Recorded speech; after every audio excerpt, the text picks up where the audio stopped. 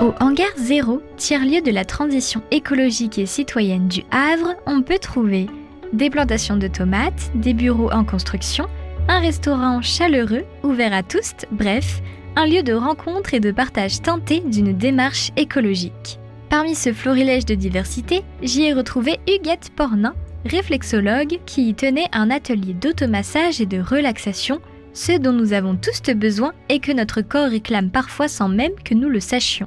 Prenez votre temps, détendez-vous et venez avec moi à la rencontre d'Huguette. Bonjour. Bonjour Camille, donc je suis Huguette, je suis réflexologue, infirmière puéricultrice dans une autre vie. C'est une reconversion professionnelle qui me permet d'avancer à nage de manière positive. Voilà, nous nous rencontrons au Hangar 0. Donc j'y suis parce que c'est un laboratoire de transition écologique où sont imaginées, expérimentées des solutions pour vivre autrement, construire autrement. Voilà. Et qu'est-ce que c'est un ou une réflexologue ? Une réflexologue, c'est quelqu'un qui masse les pieds ou les mains. Ça peut être aussi les oreilles pour d'autres professionnels. Pour ma part, ce sont les pieds et les mains. Le dos et le visage, mais c'est une autre technique. Et donc, la réflexologie se base sur le fait que tous les organes et les parties du corps sont en relation avec des zones réflexes sur les mains, les pieds et d'autres parties du corps. Justement, il y a quoi comme zone réflexe, par exemple, qu'on peut trouver sur notre corps ? Les correspondants sont anatomiques. Donc, en part, la main et le pied droit correspondent au côté corps droit et à gauche correspondent la main et le pied gauche. Ça se décline sur les pieds et les mains de la manière suivante, c'est que tête et cou sont représentés sur les doigts et les orteils, la cage thoracique sur les coussinets, à la base la zone du réflexe du diaphragme et du plexus solaire pour une détente profonde. Sur la paume et l'arche du pied se représentait l'abdomen, donc principalement le système digestif et urinaire, et sur le talon du pied et de la main correspondent le bassin et la zone pelvienne. Ensuite, sur l'arche médiane se décline la colonne vertébrale, les zones réflexes de la colonne vertébrale et sur le côté externe, les grosses articulations. Pour faire ça, quelle formation on fait ou est-ce que toi tu as fait des études ? C'est quoi ton parcours un petit peu pour entrer dans la réflexologie ? Disons que moi, en étant infirmière puéricultrice, j'ai privilégié des formations longues, qualifiantes. C'était plutôt dimension professionnelle qui m'intéressait et une efficacité dans ce que je fais. On peut se former en 1 ou 2 week-ends ou intégrer des écoles qui forment en 17-24 jours. Donc j'en ai fait 2, une de 24, une de 17, au Havre, puis à Toulouse, à l'Institut international de réflexologie, auprès de Monique Schweitzer. Et j'en ai fait une 3e avec Colette Baqueta à Bordeaux, qui, elle, a mis en place un protocole de manupressure qui repose sur la médecine traditionnelle chinoise. Voilà. Pour travailler les suites chirurgicales et les douleurs rebelles. Et du coup, ici, au Hangar 0, tu nous proposes en tout cas cet après-midi des ateliers automassage et relaxation. C'est quoi le principe ou le concept ? Disons que le concept, c'est d'utiliser la réflexologie pour soi. C'est un espace restreint ici, donc sur 1h30, nous allons travailler la relaxation des mains, travailler à la souplesse des doigts, comment dégonfler des œdèmes, des gonflements, comment décontracter des contractures et travailler autour d'une douleur pour la soulager. Voilà, donc chacun va repartir avec des outils de ce type-là. La main va être travaillée, le poignet, le bras, les coudes qui en ont besoin aussi, les épaules, le cou, la tête et le visage. Le visage est beaucoup plus ludique, c'est plein de choses intéressantes. Sur 1h30, nous allons pouvoir aussi expérimenter différents exercices de respiration pour pouvoir prendre conscience, si cela a été, d'une respiration complète, s'approprier la respiration pour la majorer, pour avoir une oxygénation la meilleure possible de nos cellules. Et puis des exercices de relaxation dans le mouvement. Je donne des choses très simples que l'on peut utiliser lorsqu'on est assis sur une chaise devant un ordinateur, on est en train de laver la vaisselle chez soi ou d'éplucher les légumes, voilà. Pour moi, il faut que ce qui est transmis soit clair, accessible et transposable directement dans la vie quotidienne. C'est le principe de l'automassage, c'est pas moi qui fais, ce sont les participants qui apprennent. Les ateliers, c'est plus axé sur quelle branche d'âge, on va dire? Là, ça va être une surprise. Aujourd'hui, l'atelier du hangar est ouvert à tous. Samedi, j'étais là. Il y avait des jeunes femmes, une un peu plus âgée et une adolescente de 12 ans.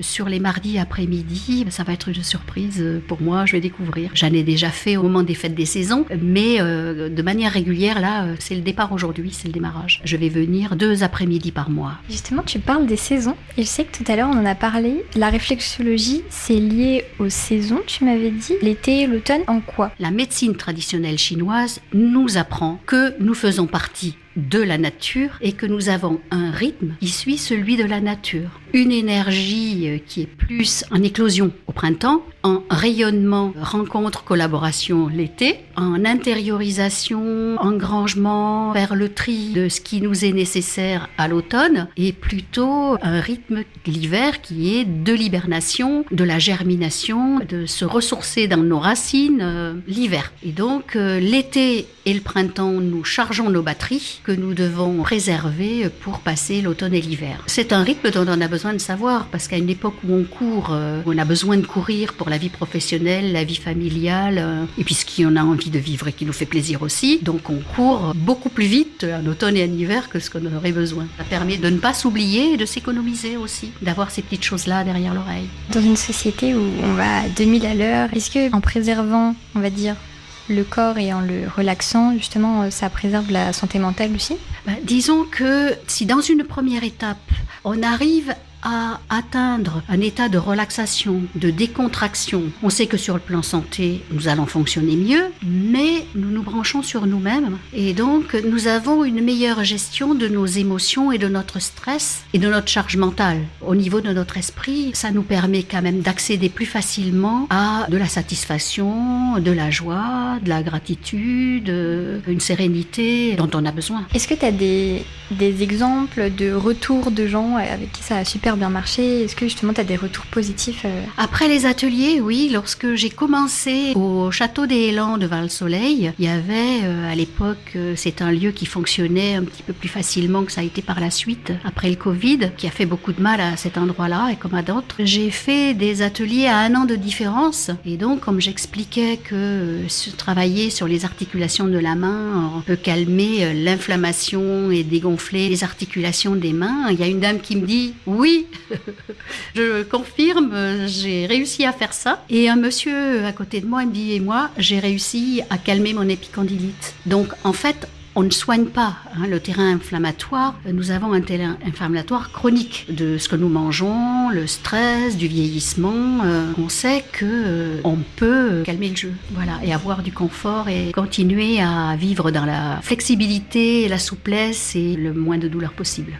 Qu'est-ce que toi tu aimes dans le fait d'aider justement les gens? C'est quoi le plus glorifiant après les séances ou pendant les séances? D'une part, c'est de continuer à rester active, puisque je suis à la retraite, et d'être utile. Ce qui m'étonne toujours, c'est la disponibilité des personnes et leur curiosité à percevoir sur elles ce que je leur apporte. Est-ce que la réflexologie, du coup, c'est différent d'un médecin? Il y a de plus en plus, je dirais pas de médecins, mais peut-être quelques-uns, mais de sages-femmes, de kinés, de podologues et de pédicures qui se sont formés à la réflexologie parce qu'ils complètent leur travail. Aujourd'hui, en France, on parle pas de médicaments si on n'est pas médecin, infirmière, kiné. Moi, je dirais quand même que c'est une manière de prendre soin de soi et de sa santé. Sur le plan de prévention, se détendre, se décontracter, gérer son stress, améliorer le fonctionnement de notre corps. Notre cerveau, lui, il sait très bien où sont ses priorités et il va d'abord nettoyer les cellules puisqu'elles fonctionnent mieux et après, elles vont s'alimenter mieux, s'oxygéner mieux et fonctionner mieux. Donc, au niveau bien-être et santé, il y a un retentissement. Je sais plus si je t'ai demandé, mais tu fais ça depuis combien de temps, les ateliers ou même la réflexologie en général? Les ateliers depuis 2018, la réflexologie depuis 2013 et j'ai commencé à me former en 2010. Ça m'intéresse parce que avec la grosse période du Covid qu'on a connue, 2020, etc. Est-ce que toi, tu as remarqué un changement chez les gens ou tu as vu une évolution dans la santé des gens? Moi, le stress, je le note. C'est vrai que quand je vois des personnes au travail, rentrer chez soi, s'occuper de ses enfants, ce qui est demandé en backup quand on est chez soi, par le biais du télétravail ou de lire ses mails, je trouve que la charge physique, l'activité en elle-même et la charge mentale deviennent très très importantes. C'est vrai que c'est pas moi qui l'observe, mais c'est de manière générale en France, les gens se tournent vers des pratiques de bien-être. Le besoin est nécessaire et aujourd'hui, l'on voit plein de services médicaux s'adjoindre un hypnothérapeute en salle de chirurgie, de la réflexologie en pré- et post-opératoire, en soutien d'un traitement en oncologie. Et d'ailleurs, au Havre, les 3 services d'oncologie emploient des infirmières réflexologues et des sophrologues. Quand est-ce qu'on peut te retrouver pour d'autres ateliers justement dans les futures semaines à venir? Il suffit d'adhérer à la newsletter du Hangar Zéro. Les ateliers d'automassage participent à une programmation qui se développe au niveau des activités, des événements au niveau du hangar. J'anime aussi des ateliers une fois par mois avec l'association Temps Libre. Ce sont des ateliers avec un programme sur l'année qu'il est facile d'intégrer. Il reste encore des places. Merci beaucoup à toi. Merci Camille. Merci à Huguette pour sa bienveillance et sa volonté de partage. N'hésitez pas à passer lui rendre visite. Pour la semaine bleue, les séances sont déjà complètes, mais d'autres dates sont déjà disponibles. Pour plus d'informations, n'hésitez pas à consulter son site internet lehavrereflexologie.fr.